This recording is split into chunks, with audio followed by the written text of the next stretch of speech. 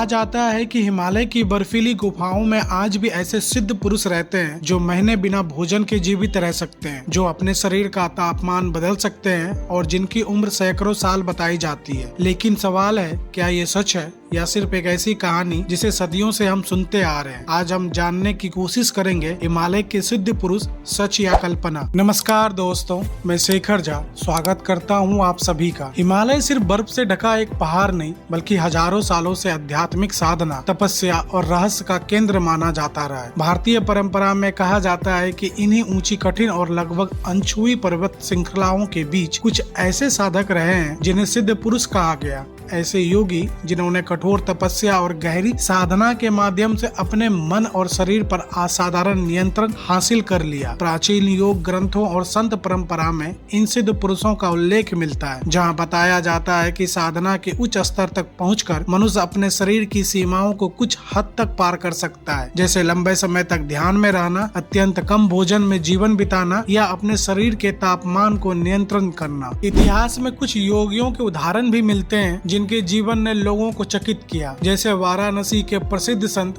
तेलंग स्वामी या आधुनिक समय के योगी स्वामी राम, जिन पर वैज्ञानिक प्रयोग में यह देखा गया कि गहरे ध्यान के दौरान वो अपने शरीर की कुछ जैविक क्रियाओं को प्रभावित कर सकते थे। लेकिन इसके साथ ही सच का दूसरा पहलू भी है, क्योंकि हिमालय के सिद्ध पुरुषों के बारे में जितनी कहानियां सुनाई जाती है, सैकड़ों साल तक जीवित रहने से लेकर अदृश्य हो जाने तक, उनमें से अधिकतर के पीछे कोई ठोस वैज्ञानिक प्रमाण नहीं मिलता। यही कारण है कि कुछ लोग इन्हें आध्यात्मिक परंपरा का हिस्सा मानते हैं, तो कुछ इन्हें लोक कथाओं और आस्था का मिश्रण कहते हैं। इसीलिए जब हम हिमालय के सिद्ध पुरुषों की बात करते हैं तो हमें यह समझना होगा कि यहाँ इतिहास, आध्यात्मिक विश्वास और रहस्य तीनों एक साथ मौजूद हैं। और शायद यही वजह है कि हिमालय की इन कहानियों ने सदियों से लोगों की कल्पना और जिज्ञासा दोनों को जीवित रखा है। लेकिन यहाँ एक महत्वपूर्ण सवाल उठता है, आखिर सिद्ध पुरुष होते कौन है? भारतीय योग परंपरा में सिद्ध शब्द उस साधक के लिए प्रयोग किया जाता है जिसने लगातार साधना,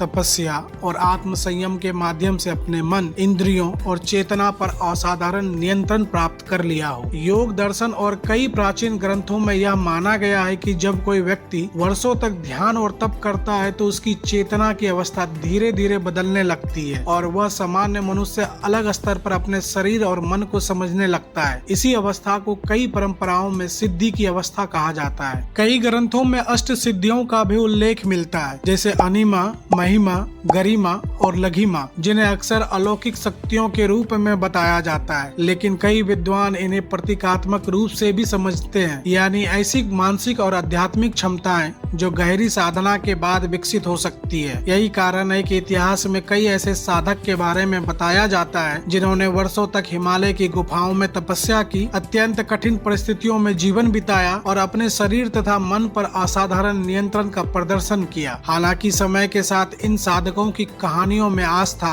लोक कथाएं और कल्पनाएं भी जुड़ती चली गई, जिससे सिद्ध पुरुषों की छवि और भी रहस्यमयी बनती गई। और शायद यही वह जगह है जहां से हिमालय के सिद्ध पुरुषों से जुड़ी रहस्यमयी कहानियां शुरू होती है। सदियों से यात्रियों, साधुओं और स्थानीय लोगों के बीच ऐसे कई कथाएं सुनाई जाती रही है जिनमें दावा किया जाता है कि हिमालय की दुर्गम गुफाओं और बर्फ से ढकी चोटियों के बीच कुछ योगी रहते थे जो सामान्य मनुष्य की सीमाओं से परे दिखाई देते थे। कुछ कहानियों में बताया जाता है कि कई साधक वर्षों तक एक ही स्थान पर ध्यान में बैठे रहे बिना किसी सुविधा के, जहां तापमान शून्य से कई डिग्री नीचे चला जाता है। कुछ यात्रियों ने यह भी दावा किया है कि उन्होंने ऐसे तपस्वी को देखा जो अत्यंत कम भोजन में जीवन बिताते थे या जो बर्फीली ठंड में भी बिना किसी गर्म कपड़े के ध्यान में बैठे रहते थे। इन कथाओं में यह भी कहा जाता है कि कुछ सिद्ध पुरुषों ने पूरी तरह दुनिया से दूरी बना ली थी और वो केवल चुनिंदा लोगों के सामने ही प्रकट होते थे। लेकिन इन कहानियों की सबसे दिलचस्प बात यह है कि इनमें से अधिकांश घटनाएं प्रत्यक्ष प्रमाणों के बजाय लोगों के अनुभवों,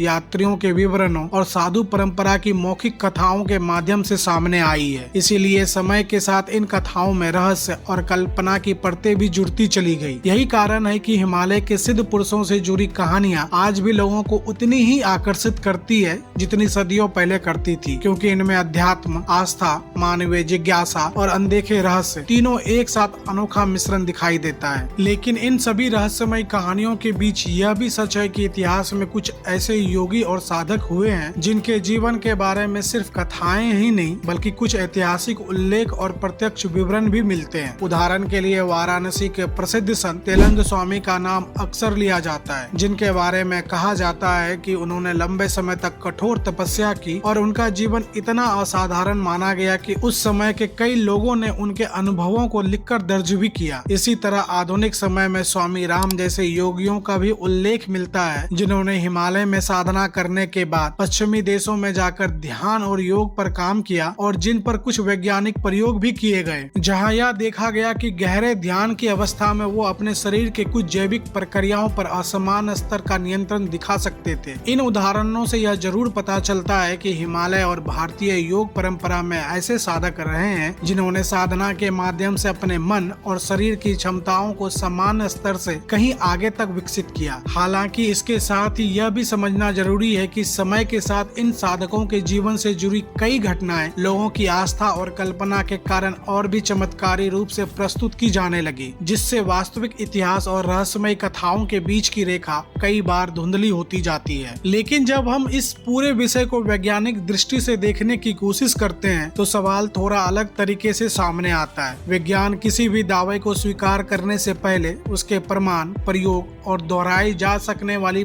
परिणामों की तलाश करता है। हिमालय के सिद्ध पुरुषों से जुड़ी कई कहानियां, जैसे सैकड़ों साल तक जीवित रहना, बिना भोजन के लंबे समय तक रहना या अदृश्य हो जाना, अब तक वैज्ञानिक रूप से सिद्ध नहीं हो पाई है। हालांकि इसके साथ साथ यह भी सच है कि ध्यान और योग पर पिछले कुछ दशकों में वैज्ञानिक शोध जरूर हुए हैं, जिनमें यह पाया गया है कि गहरे ध्यान की अवस्था में इंसान अपने शरीर की कुछ जैविक प्रक्रियाओं को प्रभावित कर सकता है। उदाहरण के लिए कुछ अध्ययनों में देखा गया है कि प्रशिक्षित साधक ध्यान के दौरान अपने शरीर का तापमान थोड़ा बढ़ा सकते हैं, दिल की धड़कन को धीमी कर सकते हैं और मानसिक तनाव को काफी हद तक नियंत्रित कर सकते हैं। इन शोधों से यह संकेत जरूर मिलता है कि लंबे समय तक की गई साधना मन और शरीर पर गहरा प्रभाव डाल सकती है। लेकिन जहां तक उन अलौकिक शक्तियों का सवाल है जिनका उल्लेख कई कहानियों में मिलता है, विज्ञान अब तक उनके लिए ठोस प्रमाण नहीं खोज पाया है। इसीलिए वैज्ञानिक दृष्टि से देखा जाए तो संभव है कि हिमालय में कठोर साधना करने वाले योगियों ने अपने शरीर और मन की क्षमताओं को असाधारण स्तर तक विकसित किया हो, लेकिन उनके बारे में फैली गई चमत्कारी कहानियां शायद मानवीय कल्पना,